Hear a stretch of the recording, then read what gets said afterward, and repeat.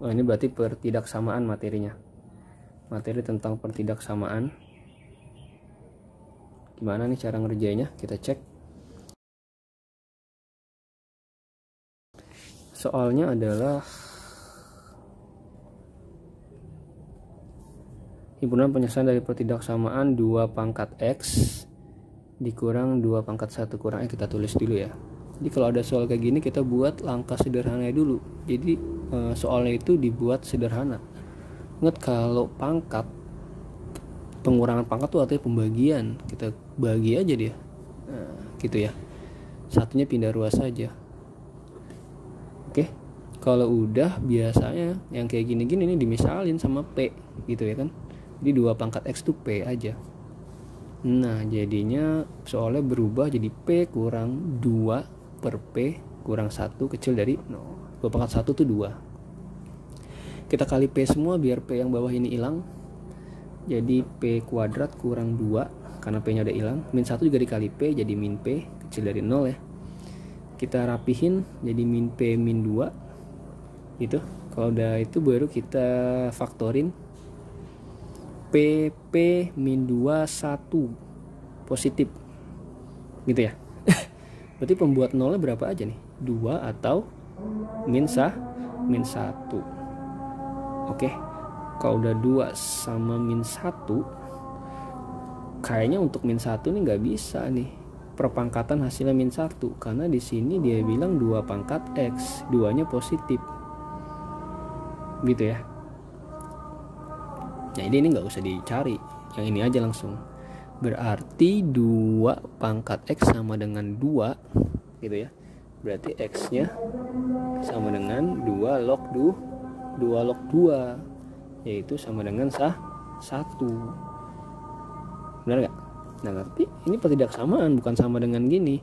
Jadi sebelumnya kita harus cari dulu daerah himpunan penyelesaiannya dulu, daerah HP nya. Kalau kita buat garis bilangan, min 1 di sini, 2 di sini, ini selalu plus min plus ya, karena ininya positif. Nah, kita cari kecil dari, berarti yang tengah. Kalau kayak gini nulis HP-nya kan biasanya min 1 kecil dari P kecil dari 2. Gitu kan? Nah, kita yang ini kan enggak, berarti ambil yang ini. P kecil dari 2. P-nya apa? 2 pangkat X. Kecil dari 2. Nah sebelum ke logaritma, kalau kita seandainya punya 2 pangkat 3 itu 8, seandainya kita buat 2 pangkat 3 berarti besar dari 7 dong misalnya ya. 2 pangkat 3 besar dari 7 kan, 2 pangkat 3 8 besar dari 7 ya.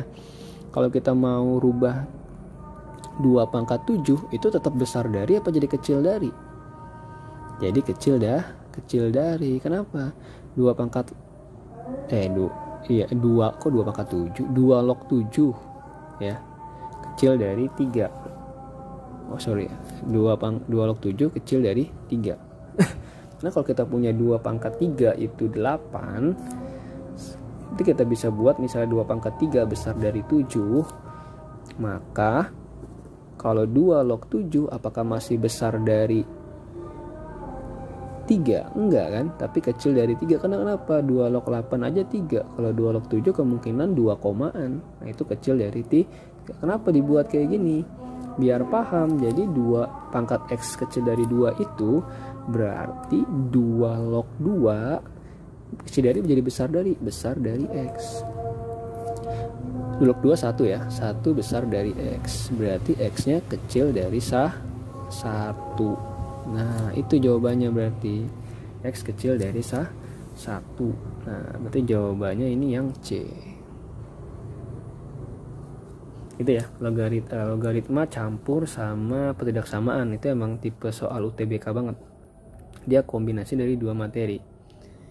Nah ini untuk bagian yang ini saya cuma mau ngulang gitu. Kalau kita lupa atau kita bingung, kita bisa ngebuat sebuah teorema sendiri gitu kan, ingat-ingat sendiri. Itu konsepnya. Oke, lanjut ke nomor 4.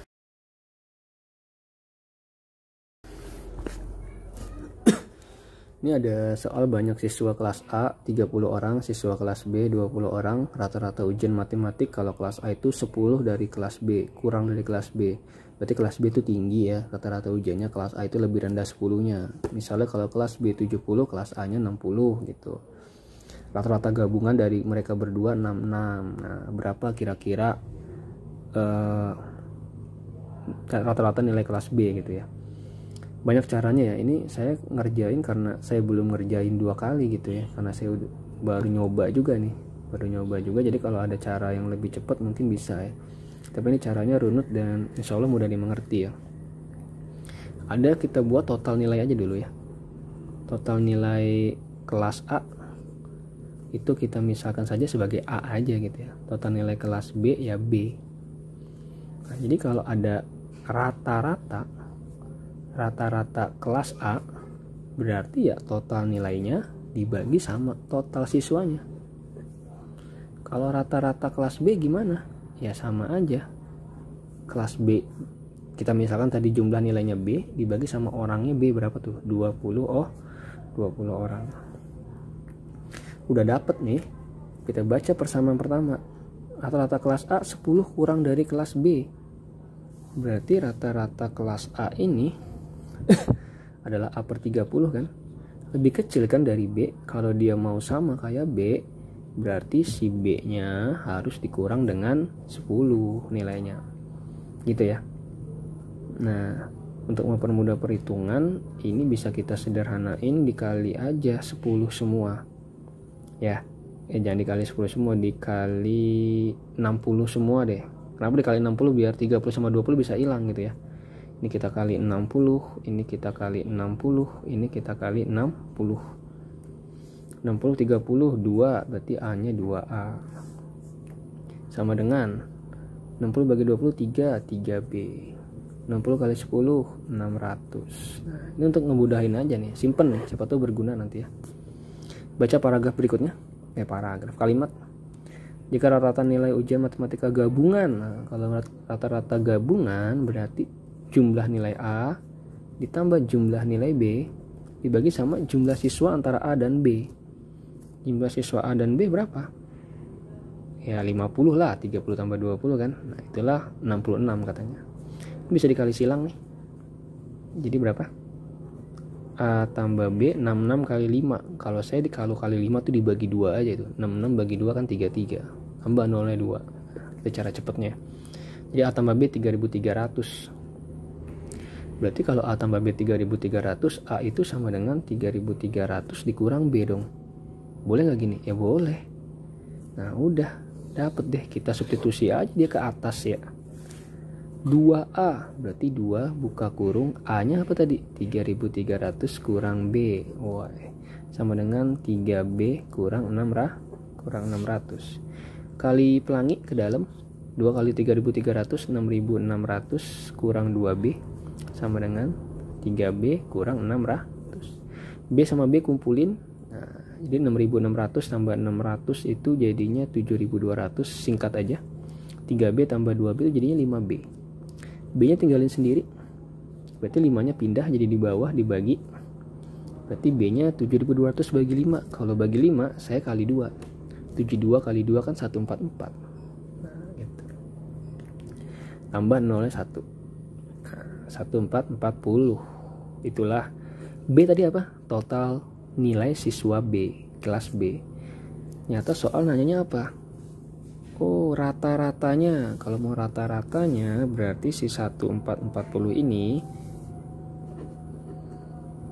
rata-rata B. Ya udah 1440 kita bagi aja sama total siswa B 20 orang. Coret 0 ya. 144 bagi 2 72. Ya itulah berarti siswa kelas B rata-rata 72 nilainya ya. Berarti C. Mantap. Oke, lanjut ke soal nomor 5.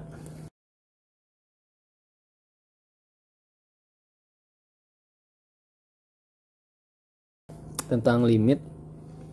Ini ada limit fungsi trigonometri ya. Limit fungsi aja, nggak trigonometri. Cuma sebenarnya ngerjainnya nggak pakai limit banget nih. Dia lebih kayak eliminasi substitusi. Intinya kalau limit, kita masukin aja angkanya. Limit X menuju A dari Fx kurang 3Gx. Ya kita masukin A nya. Jadi FA gitu ya. Kurang 3GA. G nya G besar aja deh. Sama dengan 2. A-nya masukin, gantiin X. Kedua yang bawah, limit A, limit X menuju A, 3fx berarti 3fa, karena X nya diganti A, ditambah gx aja, berarti jadinya ga, sama dengan 1. Ini kita eliminasi aja, atas kita kali 3, bawah kita kali 1 ya, karena dia di sini 1, di sini 3. 3 kali fa jadinya 3fa kurang 9ga sama dengan 6. Bawahnya kali 1 berarti nggak ada perubahan, sama dengan 1. Kita kurangin biar habis fa nya, tinggal ga. Min 9 kurang 1 berarti min 10 ga. 6 kurang 1 5.